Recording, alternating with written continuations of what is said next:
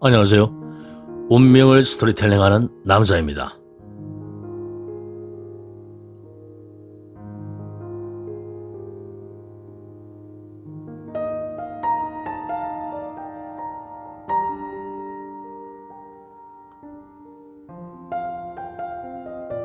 백종원 사주팔자를 스토리텔링하다. 현재편. 지금부터는 병화일간인 백종원 씨의 사주팔자에서 드러난 10년별 현재 대운과 실제 백종원 씨가 살아온 삶과의 객관적인 비교 분석을 통해 백종원 씨의 사주팔자를 스토리텔링 하기로 하겠습니다. 1. 인생의 2막 1장인 경자대운. 경자대운에는 천간으로 최초로 큰 재물, 결실, 결과물을 의미하는 편재인 경금이 들어오니 이 시기에는 일생에서 가장 큰 재물, 결실, 결과물을 쟁취, 성취하며 살아가게 되겠습니다. 그리고 지지로 밤 시간을 의미하는 자수가 들어와 좌우충과 신자수국을 하게 됩니다. 원래 물상법에서는 병화가 3개인 병병병 사주를 해석할 때 시간의 흐름에 따라 밝게 빛나다가 한번 어두워지고 다시 밝아질 수 있다고 설명하는데, 이렇게 밤 시간을 의미하는 자수가 들어와 좌우충을 하거나 신자수국이 되면 이 시기에 한번 어두워질 수 있겠습니다. 그러나 이때 들어오는 자수는 밤 시간이 되어 태양인 병화일간이 능력 발휘를 할 수 없도록 만들기보다 옆에 강한 비견을 제어하는 역할로 해석하는 것이 타당하다고 보며, 만일 자수가 들어와 가상의 기운인 신자수국이 된다면 원국의 인신충이 완화되면서 완전한 낮 시간인 인호술화국도 되기 때문에 다시 바로 밝아질 수 있는 특징을 가지고 있습니다. 그리고 권위, 인사권의 의미도 가진 편재인 경금이 물에서 놀 수 있는 시기이기도 합니다. 또한 병병병 사주에서 천간의 큰 재물, 결실, 결과물을 의미하는 편재가 들어오는 시기이니 이 시기야말로 이전에 설명했던 한 가지 일보다는 여러 가지 일과 인연 맺거나 두세 가지 일을 동시에 할 경우 더욱 능력을 발휘하며 큰 결실을 거둘 수 있는데, 여기서 말하는 두세 가지 일을 동시에 한다는 것은 여러 개의 지점이나 가맹점, 즉 자신의 분신을 거느리는 것도 포함합니다. 하지만 동전의 양면처럼 병병병으로 비견이 쟁쟁한 형국이니 어떠한 경우라도 비견을 발동시키는 동업이나 공동투자, 보증 등은 하지 않는 것이 좋습니다. 그럴 경우 엄청난 재물의 고통을 당할 수 있습니다. 그러므로 같은 사주팔자라 하더라도 어떤 선택을 하느냐에 따라 이 시기에 크게 성공하거나 폭망하거나 둘 중에 하나입니다. 이는 고전에서 말하는 극귀 또는 극천으로 뭐 아니면 도인 것입니다. 여기서 독자분들이 알아야 할 것은, 같은 사주팔자를 가진 사람들은 특정 대운에서 무조건 같이 성공하거나 같이 실패한다는 인식에서 벗어나야 한다는 것입니다. 가령 배우자 복이 없는 사주팔자는 결혼했다가 이혼하기를 반복하는 삶을 살거나 아예 혼자 살아갈 수 있다는 것입니다. 결국 결혼이라는 선택을 하든 안 하든 둘 다 배우자 복이 없는 것은 동일합니다. 실제 경자대운에는 백종원 씨 인생 최대의 굴곡이 시작되는데 32세인 1997년 정축년에 갑작스런 IMF 외환위기가 찾아온 것입니다. 이때 이미 건설 계약을 맺었던 건들이 제법 있었던 상태였는데 환율이 치솟으면서 자재비도 함께 폭등하게 되고 공사를 진행할수록 오히려 적자가 생기는 상황에 놓이게 됩니다. 가령 평당 500만 원으로 건설 계약을 맺었다면 환율이 폭등하면서 평당 자재비가 500만 원이고 인건비가 200만 원이 되었다고 보면 됩니다. 그럼에도 불구하고 백종원 씨는 계약대로 집을 지어주었고 결국 목조주택 사업은 접게 되고 자신의 수중에는 17억 원의 빚과 원조 쌈밥집 가게만 남게 되면서 몸도 마음도 망가지게 됩니다. 참고로 IMF 외환위기는 사실 개인의 운이 아닌 국운으로 봐야 하는데 1997년 정축년에 겁제인 정화가 들어와 병병병정으로 병정 갈등이 되면서 사채업자들에게까지 돈을 빌리게 되고 병정 갈등의 대표적인 현상인 기존에 하던 일을 중단하게 됩니다. 상황을 타개할 방법이 없자 그는 극단적인 선택까지 생각하며 삶을 마무리할 장소로 홍콩을 선택하게 됩니다.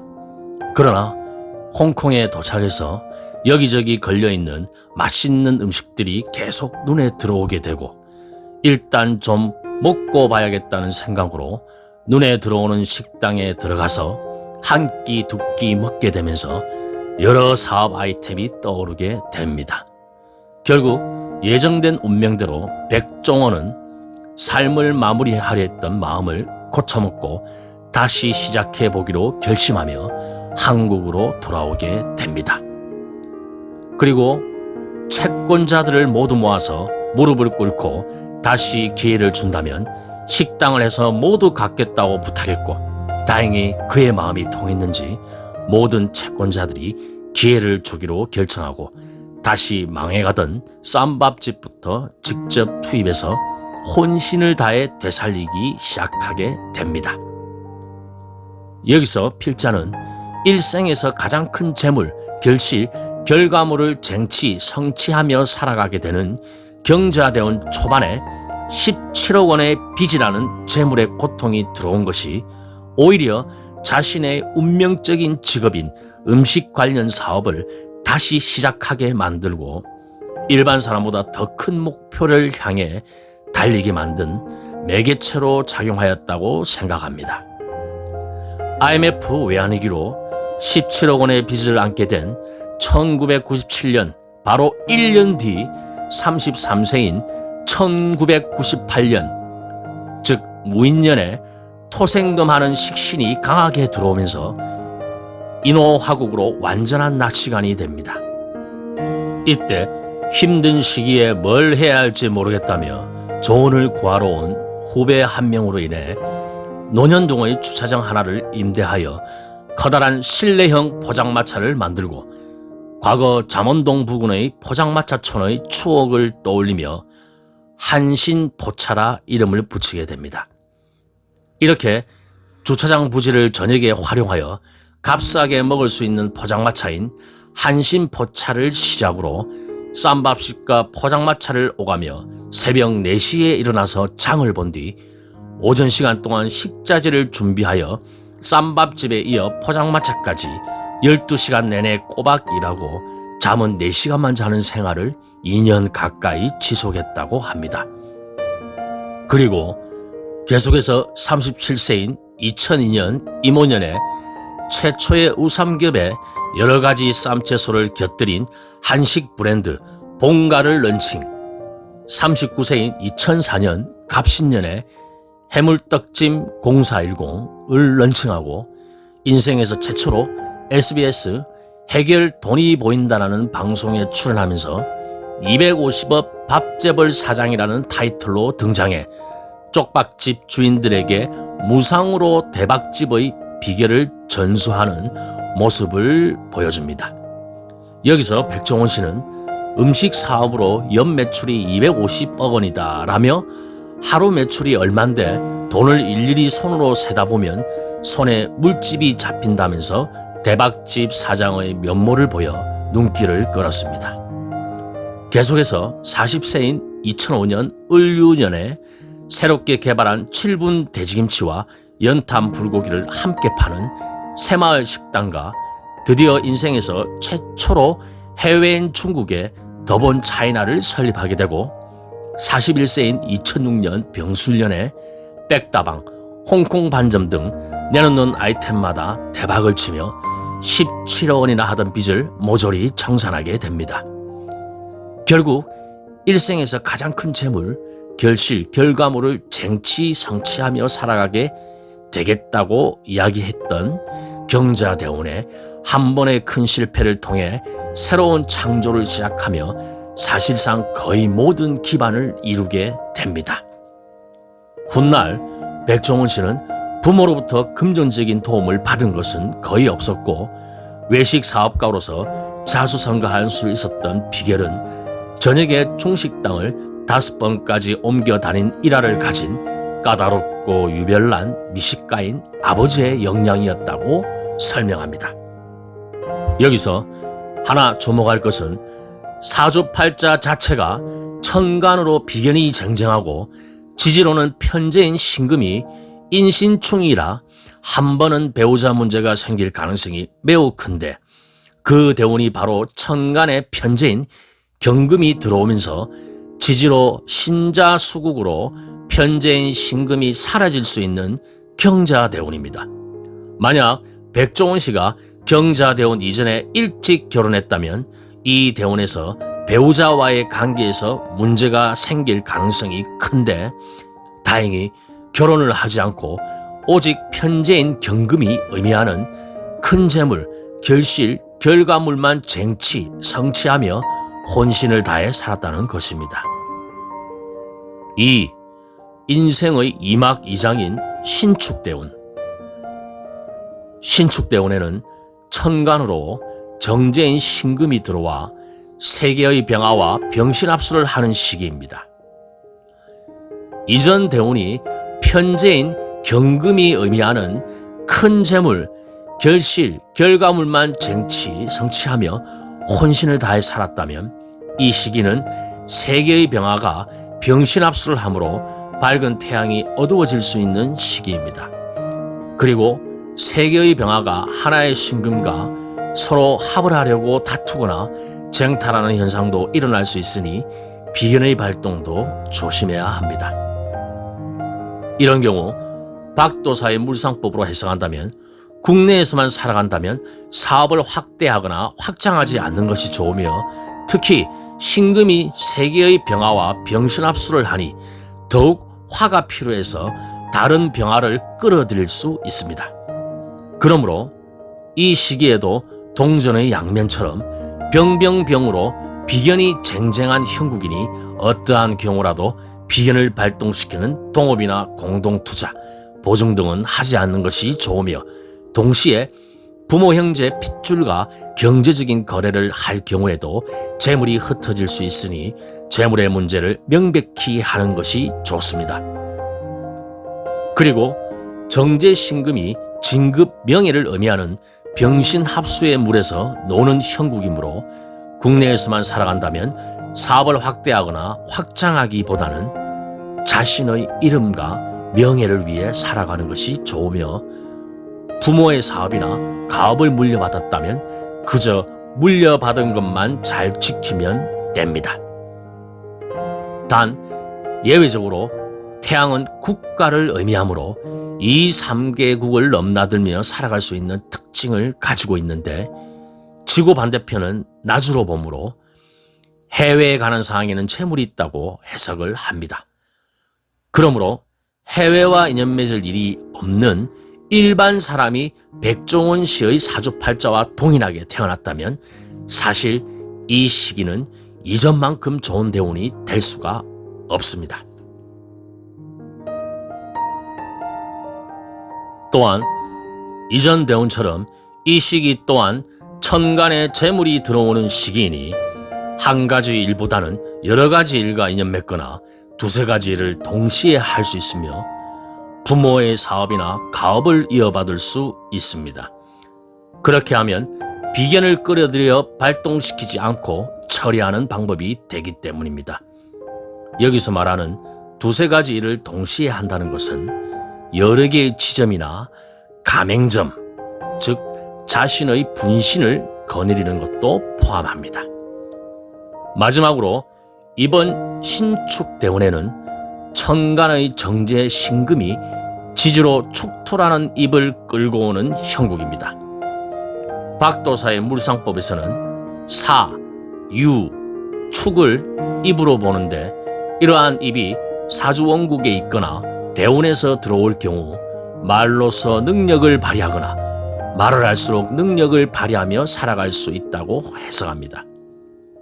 그래서 말하는 것, 먹는 것과 인연맺어 능력을 발휘하는데 말하는 것은 사람 상대, 교육, 강의, 상담, 영업, 언론, 외국어 등과 인연맺어 말로서 능력을 발휘하며 먹는 것은 사주에 물이 있다면 음식, 한의, 치과, 제약, 건강보조식품 등과도 인연맺어 능력을 발휘합니다.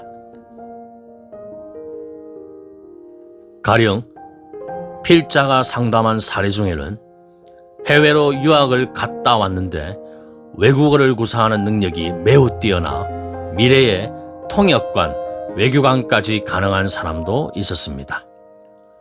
그리고 사주원국에 입을 의미하는 사, 유, 축이 많을수록 직업적으로 사람 상대, 교육, 강의, 상담, 영업, 업무 보고, 발표, 브리핑 등을 일반 사람보다 상대적으로 매우 잘하는 경우가 많은데 가령 사주원국에 입이 3개나 있다면 말을 잘하는 차원을 넘어서 사람들을 이끌며 살아갈 수 있으므로 그 자체로 조직, 협회, 단체의 장이 될 수 있으며 정치와도 인연을 맺으며 살아갈 수 있다고 봅니다.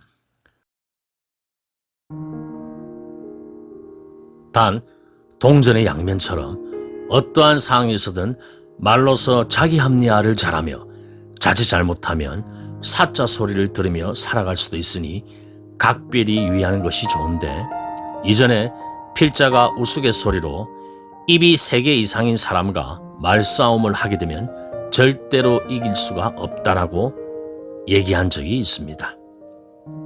또한 대운으로 사, 유, 축이 들어올 때 천간이 정화라면 입에서 빛이 나는 형국으로 천간이 신금이라면 입에서 칼이 나오는 형국으로 천간이 개수라면 입에서 샘물이 솟아나는 형국으로 보며 묘유층이 되면 상황에 따라 입이 들썩거린다 또는 입을 활발히 튕겨준다라고 표현하며 오행으로 발산을 의미하는 화가 강하거나 십신으로 표현을 의미하는 식상이 강할 경우에도 입이 있는 것과 유사하게 보기도 합니다.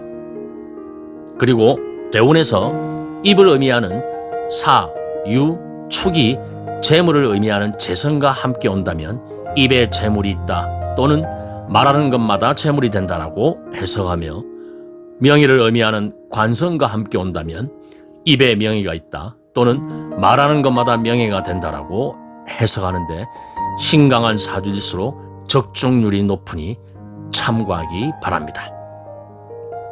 결론적으로 백종원 씨의 신축대운에는 지지로 축토가 들어오니 이전 대운과는 다르게 입으로 말로서 능력 발휘를 하며 그 축토가 천간의 정제 신금과 함께 들어오니 입에 재물이 있거나 말하는 것마다 재물이 되는 시기라고 설명할 수 있는데 신기한 건 이때부터 방송에 본격적으로 진출해서 능력을 발휘하게 됩니다. 실제 신축대운에는 이전에 태양은 국가를 의미하므로 이 3개국을 넘나들며 살아갈 수 있는 특징을 가지고 있다라고 설명했는데 사주원국에 역마 이동수를 의미하는 인신사회의 글자가 2개나 있으면서 대운에서 들어온 신금이 3개의 병화와 한 번씩 병신합수를 하므로 수가 의미하는 강, 바다, 해외, 유통, 음식 등과 인연 맺을 가능성이 더욱 강해지는 시기입니다. 이전 대운에는 남북한과 붙어있는 대륙인 중국의 더본 차이나를 설립하였는데 이번 대운에는 신자 수국이 되는 43세인 2008년 무자년에 바다 건너 미국의 더본 아메리카를 설립하고 임수가 들어오는 47세인 2012년 임진년에 또다시 바다 건너 일본의 더본 재팬을 설립하면서 해외에 지점을 내게 됩니다. 입이 또 하나 들어오는 48세인 2013년 개사년에 힐링 캠프라는 방송에 나와 국내 매장만 426개, 해외 매장은 중국, 동남아시아 등 30개, 음식점 브랜드 27개 보유, 연 매출은 700억 정도 된다고 설명합니다. 그리고 이전 대운처럼 이 시기 또한 천간에 재물, 결실이 들어오는 시기이니 부모의 사업이나 가업을 이어받을 수 있다고 했는데 드디어 47세 2012년 임진년에 할아버지가 창립해서 아버지까지 이어져 내려온 예덕학원의 이사장을 이어받아 현재까지 재직 중입니다.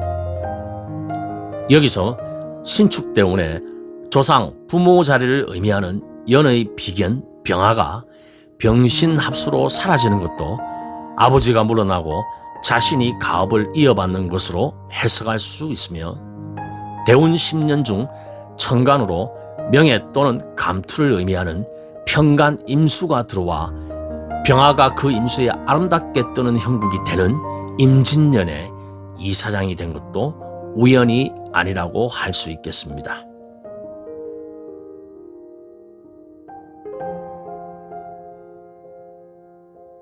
또한 대운에서 축토 입이 들어와 이때부터 방송에 본격적으로 진출해서 능력을 발휘하게 된다고 했는데 45세인 2010년에 VJ 특공대를 시작으로 2013년에 힐링 캠프, 2014년에 세계견문록 아틀라스와 한식 대첩 시즌2, 2015년에 마이리틀 텔레비전과 집밥 백선생, 그리고 다음 대원에 속하는 2017년에 백종원의 푸드트럭, 2018년에 백종원의 골목식당, 그리고 작년 2019년에는 유튜브까지 시작하면서 개설한 지 1시간 만에 10만 구독자를 돌파했으며 개설 12시간 만에 구독자 약 60만 명을 달성했고 6월 13일 13시 19분 첫 영상 업로드 이후 2일도 지나지 않아 구독자 100만 명을 달성했고 2020년 현재 400만이 넘는 대한민국 유튜버의 절대 강자로 군림하게 됩니다. 여기서 특히 신축대운에 속하는 MBC의 마이리틀 텔레비전은 사업가 백종원 내지는 소유진 남편 백종원이라는 대중어 인식을 방송인 백종원, 백종원 아내 소유진으로 바뀌게 되는 계기가 될 정도로 다른 연예인들보다 훨씬 더 큰 존재감을 드러내면서 백종원 신두름의 서막을 알린 방송이었으며 이 시점 이후로 CF까지 진출하게 되며 목의 재물, 결실이 있는 45세인 2010년 경인년을 시점으로 책 또한 꾸준하게 출판하기 시작합니다.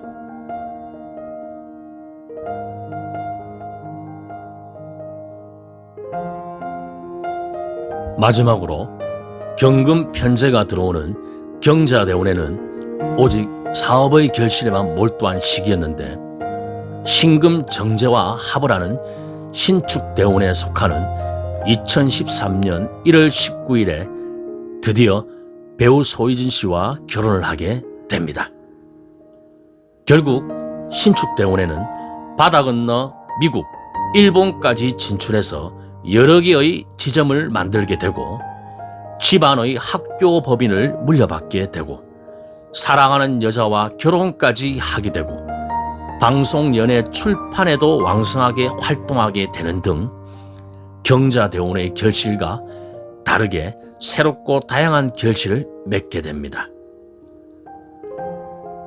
다음 시간에는 병화일간인 백종원 씨의 사주팔자에서 드러난 10년별 미래대운과 실제 백종원 씨가 살아온 삶과의 객관적인 비교 분석을 통해 백종원 씨의 사주팔자를 필자만의 관점에서 스토리텔링 하기로 하겠습니다.